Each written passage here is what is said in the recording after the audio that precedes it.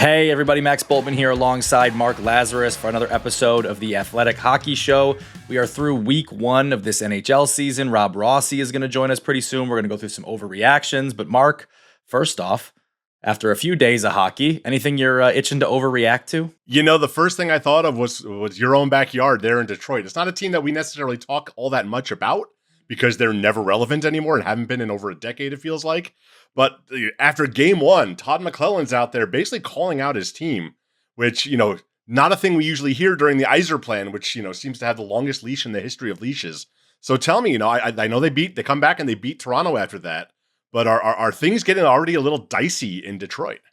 I don't think it was about diciness, but I think it was about urgency. So here's the context for people who didn't see this, right? So the Red Wings go out and they play Montreal. They take a quick 1-0 lead. It's their first night of their centennial season. The crowd's into it. Dylan Larkin scores this opening goal and does this huge celebration. And you're like, all right, they're getting ready to roll. They give up like 3 odd man rushes and go down 3-1 by the end of the first. And I don't want to say they completely turtled, but it completely changed how they were playing the game, right? And they take a 5-1 loss on opening night after all that had gone right. So we go into the press room. Someone asked McLellan, basically what he thought. And here's what he said. Fundamental hockey that you'd play bantam, midget, I don't even know if they call the leagues that anymore, junior, American League Pro. You don't give up 2-on-1s. If a D's down, a forward covers, you manage the puck, you don't turn it over. I thought we got off to a good start, the start we wanted. But our game management, you're going to hear that all year from me because clearly it's still a huge issue. We just played the game. We didn't play to win the game. And we have no chance. And the players will say, they probably have already said to you that, we can fix this, when it's time. Some of them have been doing it for years. It's time. We just spent 3.5 weeks at training camp dealing with these situations. Now, if it happened once or twice in a game, it'd be okay, but there was 6 or 7 outnumbered rushes at the end of the first period from the 10-minute mark on. And it's unacceptable. We'll have to drill it back into them. All right, so I don't recall seeing Todd McLellan in Dylan Larkin's own locker room scrub in that game. But 5 minutes earlier in the locker room, Larkin had said basically exactly that. Like, it was disappointing. We'll get it fixed, right? I believe in the guys in this room. And I think that's that's exactly what I expected to hear. I think that's what 90% of NHL players are going to say on night one. And that is what made it so interesting to me, is that whether McLellan actually did just anticipate that was going to be the talking point, if he, got the rundown from a PR person of this is what was said and he wanted to nip that in the bud. What I heard from that was urgency from him. Like, no, that yes, it is fixable, but we are not going to wait around and fix this. And I thought that was interesting for a couple reasons. We're doing an overreactions theme today, right? And I don't think this was an overreaction. But what I do think what it was is him kind of sending a message to his own team through the press. And he talked to him separately as well. This was not something he just did at a press conference and then didn't say to his own team in the locker room. But I think the idea is this Red Wings group has heard for years, both from the outside and even like when Steve Yzerman talks, the general manager of the team, there's a lot about, it's a process. It's going to take time. I don't have a timeline. And I wonder what impact that has on players. I'm sure there's frustration in some ways. I'm sure there's understanding in some ways. But I also wonder if the players start to kind of believe it. Like, yeah, well, like this is the state we're in. We're in a learning curve. I think he's telling them no. It's enough of that. It's time to go out and execute and do. And I don't think Dylan Larkin was at fault for this. I don't think he's mad at Dylan Larkin. But I think he's kind of calling out his team and saying, don't be content with that. Yeah, no, I like that McLellan did that because, we both cover teams that have not made the playoffs in a long time. I'm in Chicago, you're in Detroit, 2 marquee franchises that are going nowhere lately. And you hear this a lot, and even Jeff Blashill, a former Wings coach and now current Hawks coach, he keeps saying, we don't believe in moral victories, but we do believe in process, which essentially is we believe in moral victories, right? And you hear Nick Foligno for 3 years now, they're on a 3rd season of this, saying like, I like a lot of the things we did, but we got to do better this. We got to clean this up. We're a better team than this. It's all the things you hear when you're a losing team. Winning teams don't say we're better than this. They know they don't have to convince themselves by convincing you that they're better than this. And Chicago's in a different position than Detroit is obviously right now, but Detroit's been in this spot for a long, long time. And what I heard out of McLellan was urgency, not just for the team, but for himself, right? Because he doesn't have the leash that Steve Yzerman has. He knows that coaches' jobs are fleeting. I'm not saying he feels like he's on the hot seat, but if it doesn't get better, if they do miss the playoffs this year, then he's probably looking for another job again. Detroit is in a situation where they've got to do it now, and I think most of us don't believe they can. I don't think McLellan's at risk of losing unless things go spectacular, but I do think he wants to win, and I think he believes this group is in a position. I don't think he's buying what guys like us are selling, that this team's going to be hard up to get a wild card spot, right? I think he feels like it's there, but it won't be there if they get off to a slow start, Laz. They got off to a slow start last year, and that's why McLellan has this job, because their start last year was so bad that Derek Lalonde was gone at Christmas, right? Like, they're not going to be content to have a slow start. They have a tough schedule to start off here. It would be very easy, right? And if they go 2-4 in their first 6, guys like you and me are going to get on here and we're going to say, 2-4, but they, every team they played so far is a playoff team. And I think his point is he doesn't want them to think that way. He doesn't want them to buy that. And so I thought they responded very well. I think his actual point was mainly about just like, game management and sloppiness, and you can't have these mental lapses in a game. You got to focus right from the jump. You're not going to be able to just kind of go through all this. They did fix that in game 2, but I think more importantly was a mental toughness component that, they go down 0-2 again against Toronto. At that point in their season, they've scored a goal and then given up 7 in a row. Well, they come back with a 3-goal second period. They win the game against the Leafs. We'll see how they do today. Sometimes it's very easy to see something like that happen and go, okay, so problem is fixed. McLellan made his speech. The players bought in. Now here you go, right? They got to do it again against the same team at 2:00 on Monday, right? So they're going to be tested again. They're going to be tested over and over. But he didn't wait to lay that down. I'm not really a big believer that coaches can make a huge difference on what happens on the ice, except in a situation like Detroit's, where you have a team that is on the cusp and hasn't been able to get over the hump. The right coach can turn a pretty good team into a good team, can turn a mediocre team into a playoff team.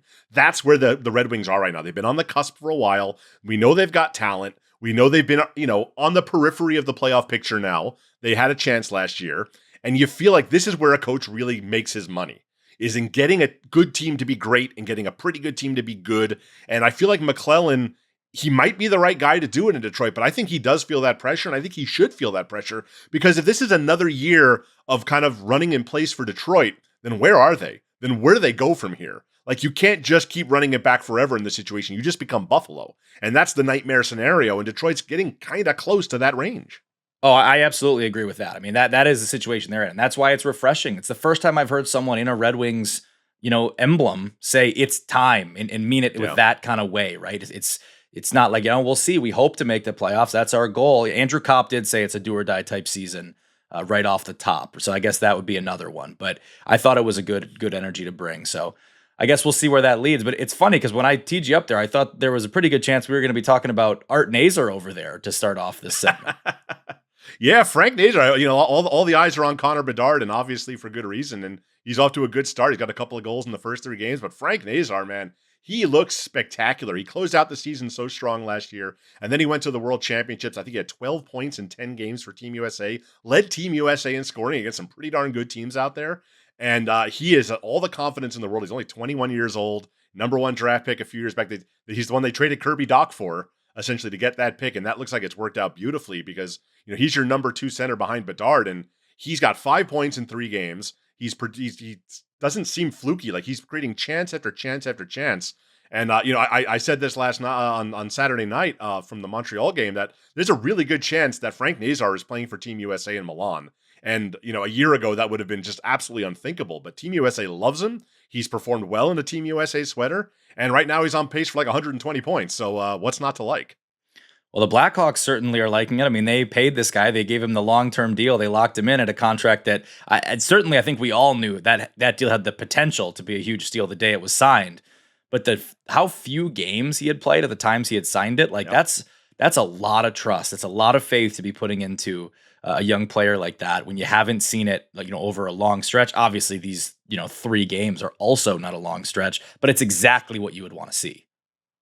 Yeah, and look, from a larger perspective, Chicago's got 1 point in these 3 games, right?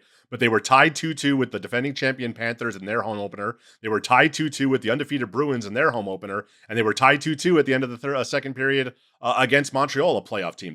This team, it may not show on the scoreboard, it may not show in the standings, but this team is infinitely more watchable than they were last year. They're young, they're fast, they're competitive, they're throwing the weight on Connor Bedard's picking fights. Louis Crevier's beating up on guys. You got fans in Chicago chanting USA when a Canadian beats up a Canadian. I'm not sure what that's all about, but it was pretty funny.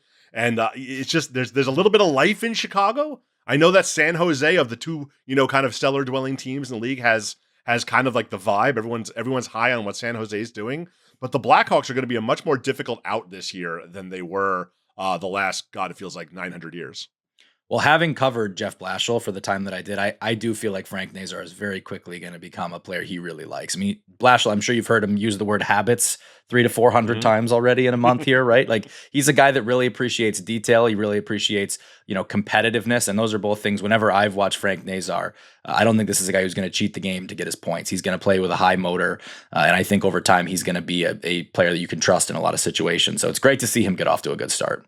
Yeah, I mean, he's just blindingly fast. He's on the penalty kill. He's already at his age going out there, and he's not just trying to kill penalties. He's trying to score shorthanded goals, which you love to see. That's something that Blashill's been really harping on this year is having more of an aggressive penalty kill, and that's going to lead to some problems. It's a young team with a very young defense, and they're going to have a lot of bad mistakes out there, but they seem to be in a position this year where they're like, all right, let's let the kids make the mistakes. I know Artem Levshunov, the number 2 pick overall last year, got benched for the Montreal game. I don't think it's like a big, huge, scary message to send. I think that Blashill's going to be, giving him all the opportunity and all the leash that he can. But it's good to see that the Blackhawks now are leaning a little bit less on the veterans and a little bit more on the young guys. And it's funny, we've been talking about who's going to be Connor Bedard's line mates forever. They went out and got Tyler Bertuzzi and Teuvo Teravainen ostensibly to become Bedard's long-term line mates. And, well, they're Frank Nazar's now, and they're not going anywhere. Yeah. All right. Well, let's take a quick break right there. That's what's going on in our neck of the woods. We'll come back with Rob Rossi and we'll do some league-wide overreactions right after the break. We are joined now by Rob Rossi, who is going to, he's kindly agreed to overreact with us to a few things or tell us that we're stupid for our overreaction. So the first one here that I'm going to tee up, and I'll send it to you first, Rob. Are the Boston Bruins going the Washington Capitals rebuild route and doing this thing on a speed run and right back in the mix already here? No, you're stupid. Look, I think what we forget about the Capitals last year, and I guess this year to a larger extent, is the gift they were given about 2 of their core members, giving them the cap relief that they could add guys that were replacement level. And if you look at the totality of who they added, probably made them a better fit for their coach's system. Despite Boston looking impressive in this first week, I don't see the longevity there that I thought we could maybe expect from the Capitals once after the first month, because the Capitals, if you looked at their depth last year, I don't think that's depth that Boston can approximate. Now, I think Boston's probably better in goal, but I also think we have to work in for the fact for the Bruins that we still don't know how this new coaching staff is going to mesh with these guys when we start dealing with injuries and things like that. Now, I look at the Bruins and, there's a couple of things that already feel unsustainable. They're 12 for 12 on the penalty kill. That's obviously not going to continue. They've got 9 different goal scorers through 3 games. That kind of scoring depth is probably not going to continue. And they've got, I think it's Tampa, Vegas, Colorado, and I want to say Florida coming up real soon. So we'll have a much better idea of what they are in about a week and a half. But it really comes down to Jeremy Swayman, right? Because one of the reasons they fell so hard last year was Jeremy Swayman in the first year of that contract that he fought so hard for completely face planted. He had like an 892 save percentage, something like that. Well, he's at 966 through 2 games. He's not that, and he's probably not what he was last year. But if he's somewhere in between, if he's the Jeremy Swayman that Boston thought they were getting when they signed him to that deal, when they let Linus Ullmark leave, then this team's at least going to be competitive. I don't think it's a playoff team in the East by any stretch. But they could be a lot more competitive and not so much in the Gavin McKenna derby. Well, and let's be clear too, the question is, can they sort of be the Capitals? The Capitals ended up with the second best record in hockey last year. So I don't think the Bruins can do that. What about the 2 years ago Capitals, right? They squeak it on the wild card with 91 points. Right, yeah. Exactly. But what I'm saying is I think the Bruins could be competitive in the East for a playoff spot, if only because the Metro has to provide 3 teams, but the Metro is such an abomination that I can't see a 4th team coming from that. I think, Laz, all the things you said about why they could regress, like that's true for why they're not going to go 82-0 for sure. But I'm not asking them to go 82-0, right? Those things are the reasons they're 3-0. But let's say a couple of those things go different. They might still be 2-1 here, right? And so or 2-0-1 maybe even, right? So I'm buying a little bit that the Bruins are better than maybe we've given them credit for, if only because I think, for the reasons you guys said, they had a lot of pieces already in place that we've known are good that just weren't a part of that team last year for a various number of reasons. Injuries, with, Swayman was part of the team, but he wasn't himself. You had the injuries to Lindholm and McAvoy. I'm still pretty nervous about the center position and where all the goals are going to come from outside of David Pastrnak. But I am much more willing to kind of lump them into that very real wild card derby than I was 6 days ago. Maybe that's very stupid, but that's the point of this show. All right. Well, I want to go to our second overreaction here. Yeah. I want to come back to the Western Conference here. Now, we did our staff bold predictions, which we are encouraged to really put ourselves out there for those, right? Like, I think I do Dallas, and I think I had Thomas Harley as a Norris finalist, which I can totally see, like within the realm of possibility, but a bit of a stretch, right? So it's a lot of optimism. Well, Mike Russo had Matt Boldy getting 50 goals and 50 assists. This is a guy who's never scored more than, I think, he had 27 goals last year. He's never been a point per game guy. He looks fabulous to start the season. He's on a line with Kirill Kaprizov and Marco Rossi, and they're going to put up some points. Is Matt Boldy a contender for the Hart Trophy? So that one leapt off the page to me too when I was reading those bold predictions. Was it Mike or was it Joe? It was one of our wild guys for sure. I thought it was Mike, but I wouldn't put it past either of them. Either way, right? Like I read it and I'm like, okay, that's taking it to another level. And then here we are through, I think it's 2 games and Boldy's up to 6 points. Like he's looking like he maybe wants to make a run at that prediction. Like maybe he read it and was like, that hadn't occurred to me. Maybe I'll go do that. This guy was one of the breakout stories of last year for me, partly because of what he was at the Four Nations. He's always been a really good player, really complete player. But I think the thought has more been that he settles in as this like very steady, 65 point guy who two-way, maybe gets himself into that Selke conversation. Certainly you love him on a playoff team and in all of those, contexts. But look, if he's going to score at this rate or even come close to it, then maybe he does belong in the Hart Trophy conversation at some point, which, by the way, his odds at BetMGM, if you like to sprinkle such things at this time of the year, plus 50,000. So I'm not a sports bettor, but if I was, I'd have a hard time not putting $5 on that, right? Yeah, he's not going to be in the Hart Trophy conversation. He's just not. Rob's just not playing along with the premise. No, whatsoever. Look, here's why. As we know, Laz, those conversations are narrative based, right? Like the Hart is always decided by humans, or at least as the close as we in the PHWA can find. And the reality is, if he's having a season like Russo Smith predicts, most likely Kaprizov is having an even better season. And he will be the one that carries the narrative. So even if Boldy becomes the second coming of whomever, it's going to be Kaprizov that probably is the guy we're talking about for Hart. I will say this. I think that Wild team, I don't know how many people are picking sort of dark horses in the West. That to me is a dark horse in the West to come out of the West in a year where I think there's a lot of potential for a team we don't see coming, because they just sort of have I don't know, they have a vibe to me about them as it like nobody's thinking about us, but if you look at our lineup, we're pretty good. If you think about the last year, it was Kaprizov was getting that MVP love early in the season, the first couple of months until he got hurt. I feel like it's almost better for a Wild play. This might not be fair to the Wild, but it might be better for their chances for it to be them sneaking into the playoffs and a player dragging them, the Taylor Hall model of winning the Hart Trophy. Because if they're like the second place team in the Central and Kaprizov's got 100 points, well, then Nathan McKinnon is probably going to win the MVP, or Connor McDavid's going to win the MVP. But if they get in as the 8th seed and Boldy or Kaprizov is just dragging them, kicking and screaming in, that's a good way to win the Hart Trophy among some bigger names. So very fair point in there. And I do think that the presence of Kaprizov does alter how you'd view like an award voting context there, especially for the MVP. But I will say this, I talked about how earlier in his career and really up to now, I still think this, like Selke would have been the most likely trophy I would have picked for Boldy. Unfortunately, what we know about voters is that points are also how you win the Selke trophy when you're a good defensive forward. So maybe that 50-50 season does not result in Matt Boldy's Hart trophy. Maybe it gets him the Selke. Our voting body will never give it to a winger. It's really depressing. Like, I think Sam Reinhart should have won it at least the last couple of years. Marian Hossa should have won it a couple of times. Stone should have more. Boldy is not a center. Boldy is not winning the Selke.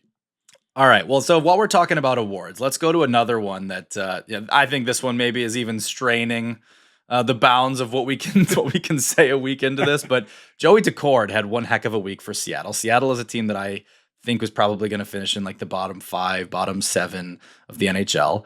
But they're off to a great start behind one heck of a start from Joey Daccord. So would you buy Joey Daccord at plus 6,000 Vezina odds via BetMGM? Or alternatively, would you buy that Joey Daccord can, and more realistically, can he get them into the playoffs? No.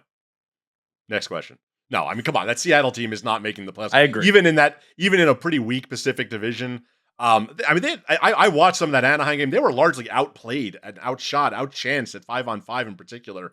Daccord's been fabulous. He's got, I think, 61 saves on 63 shots. You're going to be undefeated when you do that, but it is not sustainable. That is not a very well built, not a well constructed team. And no, there's just absolutely no way that Joey Daccord is bringing the Seattle Kraken into the playoffs this year. See, I look at it this way. We always award the Hart Trophy to somebody who gets his team into the playoffs. But if Daccord wins 22 games with that team, he should be in Hart because like the award is most valuable player to his team. And like that Kraken team, like, Seattle, Pittsburgh, Philadelphia, like that's a special kind of, cup of suck there. And that's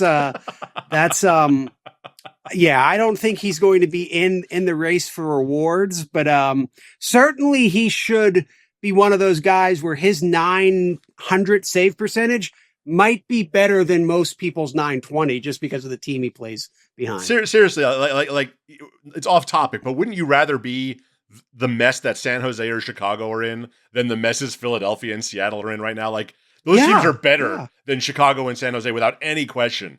But there's no light at the end of the tunnel there. They are in the quicksand and they are up to their foreheads at this point. I really like the top of Seattle's prospect cupboard. It's just that it's not probably deep enough to yield a team that's better than, squeaking into a wild card in 4 or 5 years, at least as of right now. And maybe that can change. I do think they got the right GM there, though. I think one thing that Jason Botterill did really well as sort of the shadow GM in Pittsburgh when Jim Rutherford got all the credit was bringing along younger players to fit into that mold there that they had in Pittsburgh. And I think if Botterill is given time there, he will establish a culture that will be something that Seattle can build around. But yeah, they have squandered the early years of that franchise. I'm not buying it either, by the way, on Daccord, Vezina, or Kraken playoffs. But hey, that's what the show is about. Here's a guy who I think I can sell you on for the Vezina, and he's won it before, Igor Shesterkin. Yeah, I'm buying because they're terrible. I mean, they're a bad hockey team, and don't let their win over Pittsburgh or Buffalo fool you. This is an old, slow team that is going to try to play a system that is based around speed and skill. Their skill is decaying.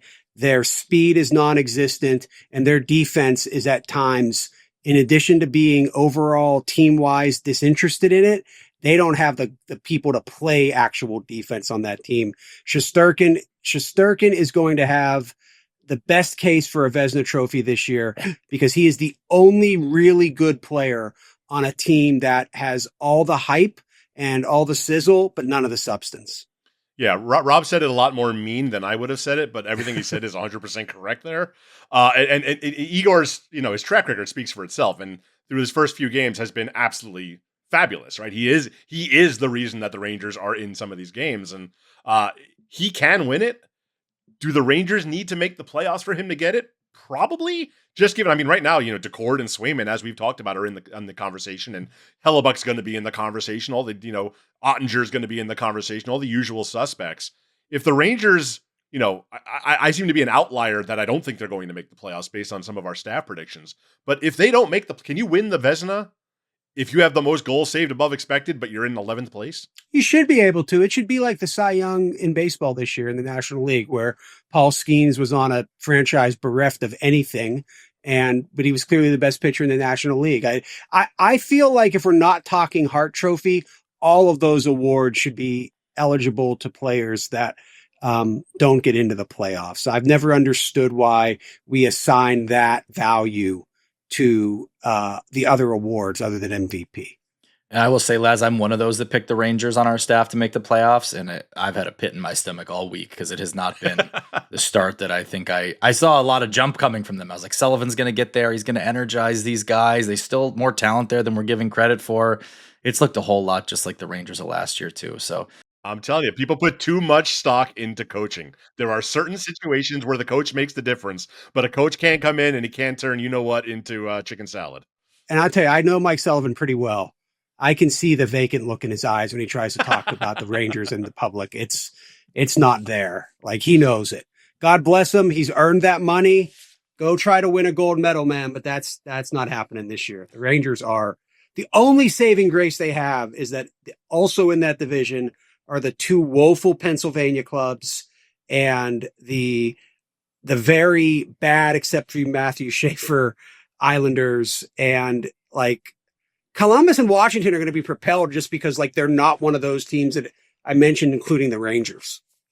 That's the thing. The Pacific Division and the Metro, there's a lot of, fat to fill up on, right? There's a lot of dead weight in there. There's a lot of quote unquote easy. I know there's no easy nights in the NHL. I've heard it all before. But the other, like the Central Division has just the Blackhawks, and they're at least going to be competitive this year. And the Atlantic is deeper. But if you're in the Pacific and you're in the Metro, that's how you get a fourth team in there, is by beating up on bad teams. You can fill your plate that way pretty easily.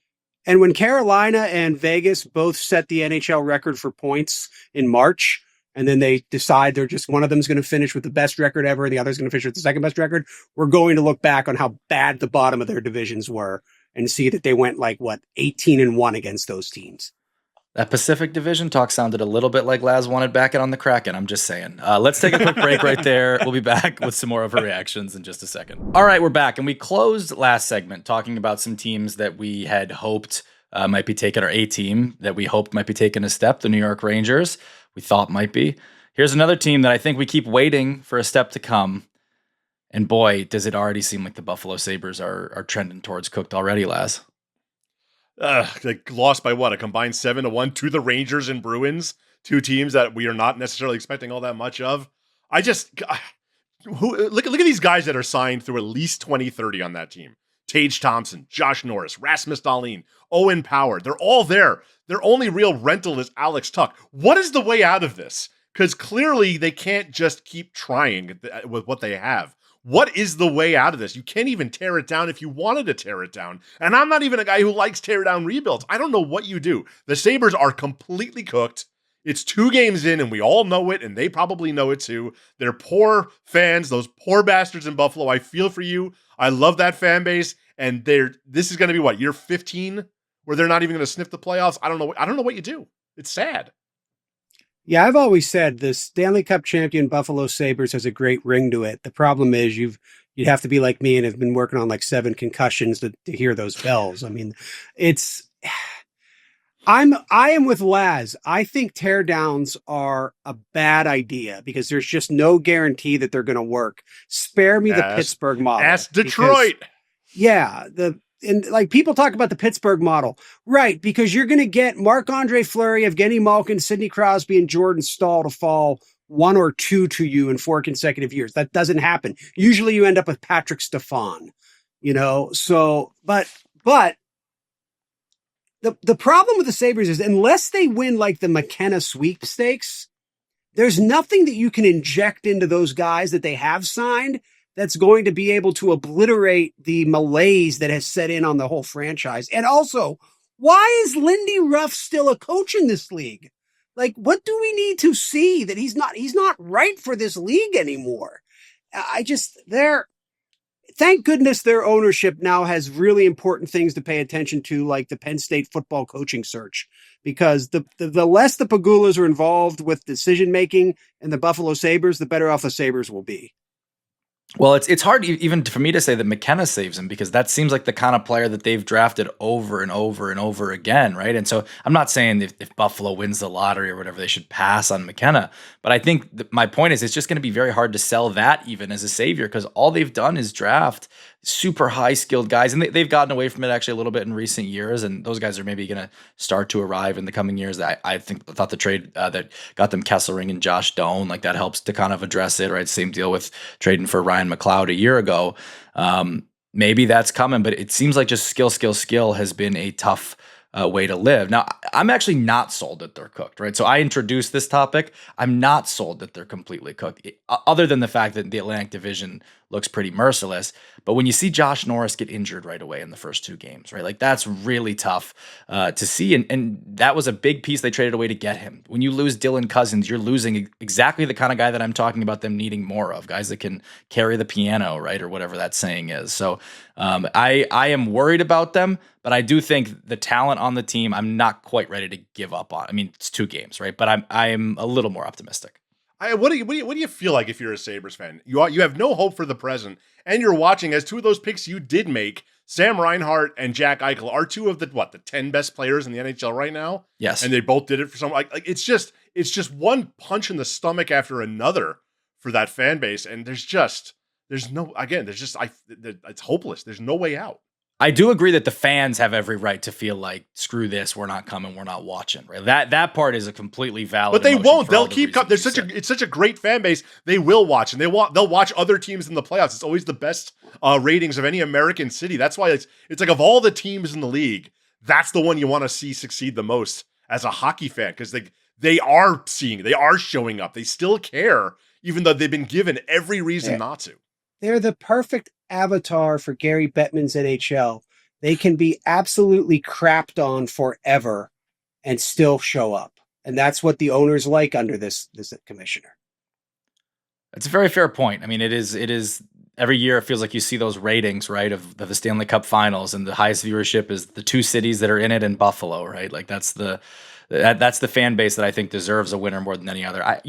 I didn't pick them preseason. I'm not saying I'm picking them now, but I am just saying, like, there's a lot of talent there, and you do feel like if they can ever have that light bulb moment, maybe it's a little more complicated than that.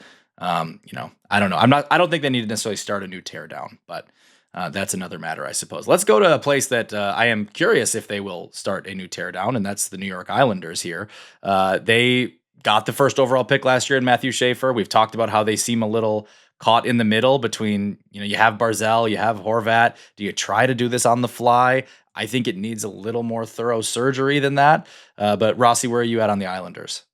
I would take a scalpel to a lot of what they have, because I am convinced Schaefer can be a defenseman that, like Cale Makar, around whom all things can revolve. He's just a spectacular talent. I don't think we're ready quite yet for what this guy's going to do. I saw him in Pittsburgh the other night. I don't know that I've ever seen a defenseman skate like him. I mean, Makar would be the closest equivalent, but like he has a McDavid type impact in that he can go consistently at a pace that other players just can't conceive of. His hands are dynamite. He's big. He's going to grow into that body. He's built for this already. You can tell. I would do whatever I could were I management there to get rid of these veterans so that I am surrounding him with some younger talent. Even if I'm taking flyers on guys that weren't hits for other organizations, I would get the youth around that guy and let him carry the young group forward, as opposed to trying to sort of meet 2 masters, because that just doesn't work. I do think the Islanders are a prime candidate for that kind of the old retool, which we never really see anymore in the NHL, because everyone just wants to burn everything to the ground. They've got Horvat and Barzal locked up long-term. They've got a good defensive core, but they don't have the depth. They don't have enough scoring talent out there. And now that you have Schaefer, I do feel like you can do this in a year or 2. If you make the right, if Matthew Darche is the guy and he can make the right moves, and a couple of savvy trade deadline moves can, like, I don't think they're a playoff team this year. I think they'll be closer than people think just because that's what the Islanders usually do. But I think they could be a year or two right back into it if it's done right. And that's the hardest thing to do. It's really easy to just sell everybody off and put all your hopes in the draft lottery and then just have that endless patience that some of these owners have. Here in Chicago, we've had it where Kyle Davidson's doing a good job of exactly what they wanted to be done, and there's no pressure, but it's been years, right?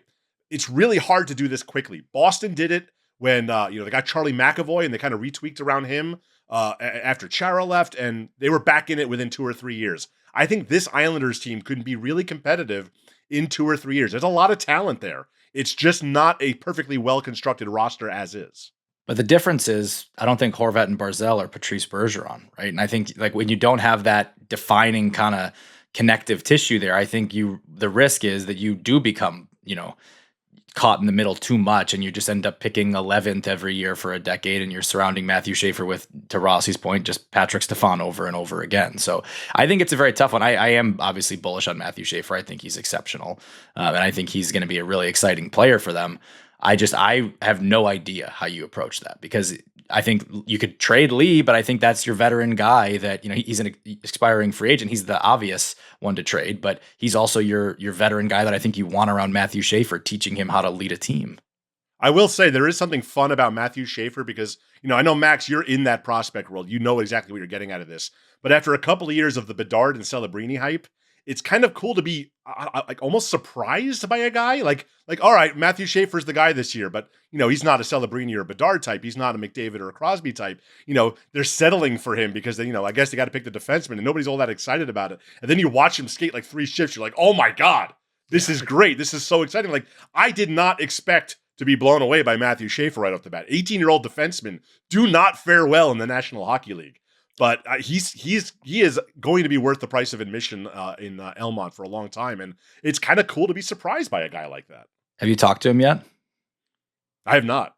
Wait he's till Crosby you do. With a personality. Yeah, you'll be blown away all over again. It's pretty amazing. So I'm telling you, this guy is going to be the Cale Makar of the Eastern Conference, and I think he will be a finalist for the Norris Trophy before the end of his entry-level deal. Whoo, all right. Now that is the kind of overreaction that we're looking for. He's played 2 games. He has played 2 games. And by the way, we've established on this show many times, I'm not generally positive about anything. So how good must he really be? You're the guy who came onto this show the day before the Four Nations and went, I don't care about this stupid tournament. And nobody cares about this. All right, I was right. Everybody else was wrong. Rob's positivity is freaking me out here. We got to get this back into a comfortable area. Let's talk about the Pittsburgh Penguins here, because they are 2-1. I think there's going to be at least a 2% temptation from some people out there to say, oh, wow, Sid and Malkin, can they turn back the clock for another playoff push here? You want to kill their dreams, Rob? Yeah, I mean, if Sidney Crosby and Evgeny Malkin for 2 out of every 3 games can look like they did when they were in their early 30s opposed to the late 30s, then yes. But then you would still have this goaltending. You would still have the worst left side of a defense that I've ever been around in my 23 years in the NHL media. They are not, look, I think they've got a really good coach. I think they've got a coach that's probably going to betray what should be being done there, which is tank as many points as possible, because I think I think he has an innate ability to read a game and use his what few assets he has to the advantage. But they don't have anything. They don't, and they caught the Rangers, who aren't that good, sleepwalking on the opening night.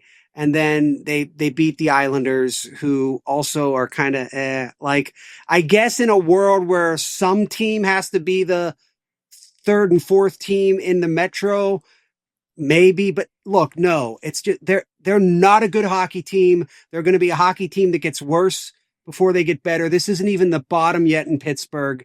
Anybody that's thinking this is smoking something that is way beyond medical grade. I think most of our listeners will tell you I don't usually do my homework on this show, and it shows. But I saw a bunch of tweets about Evgeny Malkin turning back the clock. And I'm like, you know what? This sounds very familiar to me. And sure enough, so I went back and I looked at last year. He's got 5 assists in the first 2 games this year. He had 2 goals and 9 assists in the first 5 games last year, finished with like 40-something points. He had 4 goals and 4 assists in the first 5 games 2 years ago. That wasn't a great season for him. This is what he does. He comes out like a house of fire, and then I feel like at his age, the grind of the season wears on him, and he just can't hold up the way he used to. So, like, let's all like I started my career covering the Penguins. I was in Pittsburgh media, and nobody falls faster for this kind of thing than Pittsburgh media. Pittsburgh media wants to believe. They're like the X-Files. Like they want to believe. And they fall for this time and time again.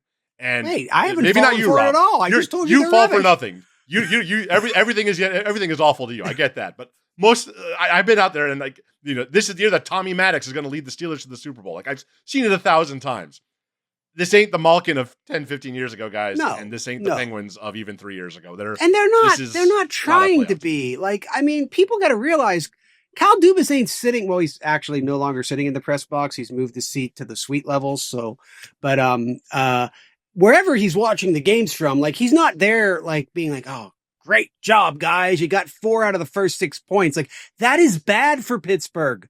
The whole idea should be to anger the hockey world and try to get McKenna.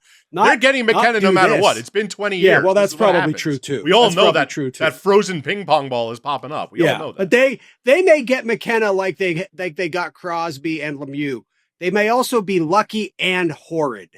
So they're a bad hockey team. They're going to be one of the 3 worst teams in the league this year. The only problem is one of the other teams is Philadelphia, and they're going to be in that division. So, all right. So, wait, hang on a second. I got to stop you there. So, which one of San Jose and Chicago is not going to be one of the worst 3 teams in the league? San Jose. San Jose will be better than Pittsburgh or Philadelphia. Have you seen? I actually think both. I actually think both will finish with more points. Guys, look at the Penguins' goaltending. Look at the Flyers' goaltending. Look at their defense cores. It is like taking a pile of rubbish, dousing it in like kerosene, marching it into the town square, setting it on fire, and then trying to put it out with more kerosene. Like the Pennsylvania hockey has never been worse. This is going to be the worst season in the history of Pennsylvania hockey for the NHL. I love that. I can't top that for overreactions. So I hope it's a good year for Peters Township High School, at least. Well, there you go. They were probably competitive with the Penguins defense corps. That's what I was waiting for. Thank you, Rob.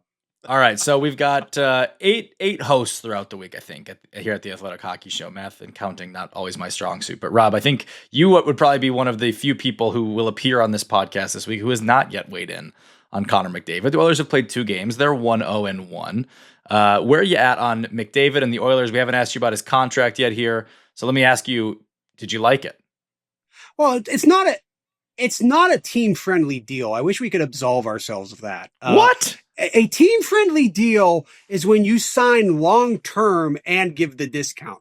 When you basically put a gun to your organization's head and say, you've got 2, maybe 3 years, I'll stick around for at least 2 of them, but that's not a team-friendly deal. That is a smart deal by Connor McDavid. It gives his group in Edmonton the best chance to build around him, but it's not going to work. They're worse than they were a year ago. Their goaltending is not going to be fixed. They've played a lot of hockey. Teams don't go to 3 consecutive cup finals for a reason, the Florida Panthers notwithstanding. Like, there's a reason that doesn't happen very often in our lifetimes. I think it was misguided. I think he should have tested the market. I think he should have tested the market and said, I'm signing a 1-year deal with whoever has the best team. Do what Marian Hossa did for those 3 years, which was just like, hey, I'm going to go to whoever I think can help me win the cup. And if I like it there, then I'm going to stay. I don't think this was smart for him. I think he probably let his emotions get the best of him, let his friendships there get the best of him. If the Edmonton Oilers were capable of winning a Stanley Cup with Connor McDavid, with the gift that is Connor McDavid, they would have done it by now. They haven't. They're not going to. He's going to play for another team. He's going to leave Edmonton very disappointed, and he's just going to have wasted the remaining years of his prime on that franchise. I don't disagree with your premise fully, but I mean, they clearly were capable of winning the Stanley Cup. They made it to the final 2 straight years. They made it to Game 7. Yeah, you can win. You are capable of winning. They didn't win the Stanley Cup, but clearly they were capable. They were down 3-0 in the first one, and they were Game 7, non-competitive for most of the second one. I'm just saying, like, they did a really good job of winning none of the games that mattered in the Stanley Cup final. When the series is 3-0 and you rally back, yeah, it's a game 7, but also they weren't really competitive in the game 7 either. Like even if we take this idea that the Panthers were just sort of the kryptonite for those Oilers, and even if that's true, and it may be true, they're not as good as they were last year or the year before. And guys, did you see Skinner on the opening night? Like, they know. Everybody that's walking into that dressing room knows. They're looking at that guy and going, he ain't got it. And Laz, how many times have we seen teams with a goalie they know can't make the saves crumble under the expectations of having to outscore opponents? No, I agree with you there, and that the chances of them getting back this year are slim and none. But that's why he took the short-term deal, right? This was a no-win situation for Connor McDavid. He had to take less money, or he looks like a jerk. He had to go short-term, so he kind of looks like a jerk. Like, there's no way he was going to win this. So look like a jerk and leave. Gretzky did it, and they built him a statue. So who's clearly better than Edmonton right now, though? I mean, like, even with everything you just said, they may not be as good as they were a year ago, right? Like, in Vegas, I think, is the team that I picked the Stanley Cup to win preseason. Vegas, I think that Colorado, would probably Dallas. Vegas and Dallas are better than Edmonton right now, I would say. I would say that... clearly, like not just like at the top of a tier that includes all those teams? Here's the thing. Like, the Oilers have enough high-end talent that they can beat any team on the planet, without question. They have two guys that we have seen completely take over, a series and just win it on their own. McDavid got them to Game 7. Draisaitl did it against Colorado on one leg a few years ago. Like, we know what they're capable of, but can they just do it 12 straight times? Essentially, that's where I just feel like at some point this is all going to catch up to them, and they're not the Florida Panthers. They don't have that kind of depth that the Panthers have, and like Rob said, they don't have the goaltending. So it's hard for me to place them above Vegas and Dallas and even Colorado. Well, I don't think they're going to finish with more points than those teams. But my point is, I still think they're going to get into the playoffs. And when you have those two guys, you can beat anyone in a playoff series. And as long as you can beat anyone in a playoff series, you got a Unless they find a solution to their goaltending, I don't think they're getting out of the first round. The thing was, McDavid, there was nowhere he could go. If he didn't sign this, he would have been on Edmonton this year. And then next year, there wasn't a better option. Like, he probably wasn't going to be able to make Dallas work. You know, there wasn't an immediate, like, here, it wasn't Marian Hossa, like you said, Rob, who was able to pick a team on the rise each time. There's not teams that can fit $20 million under their payroll. If Connor McDavid at the beginning of training camp says, I am not signing an extension, I am going to market, that gives every GM permission to clear the runway to add Connor McDavid next year. It gives Dallas or somehow Vegas, Vegas would figure out some way to get it in. I mean, there would have been a team, and this isn't even with tampering, right? This is even it would have been Florida. We all know it. Right. But right, exactly. Connor McDavid is going to be 30 years old. Okay. I'm not saying he's not going to still be the best player, but we've seen most likely the best version of Connor McDavid that we've seen in the NHL. At some point, the Connor McDavid that's going to play out these years in Edmonton, if he's not surpassed as the best player in the league, is not going to be singularly capable, along with Leon Draisaitl, of dragging an otherwise mediocre Edmonton team past teams that continue to improve. And so that's why I think this was a mistake. You're going to be the jerk anyway. Just own it and leave and do what's best for yourself. You owe that community nothing. You've given them everything. All right. Great stuff today, guys. I think we've killed everyone's dreams except for Islanders fans. So congrats if you live on Long Island. Cut for time. Me asking Rob if Sidney Crosby's getting traded. That is going to do it for us. Thanks for listening to this episode of The Athletic Hockey Show. We are now on YouTube as a reminder, so make sure you subscribe and follow along there all season. You could also leave us a 5-star rating and review wherever you get your podcasts if you're enjoying the show. Frank Corrado will be between two Seans on Wednesday. We'll talk to you soon. Thanks for watching. Make sure to like and subscribe and ring the bell to stay informed on the latest in the world of hockey. And join our Discord community and stay tuned here for new episodes every Monday, Wednesday, and Friday.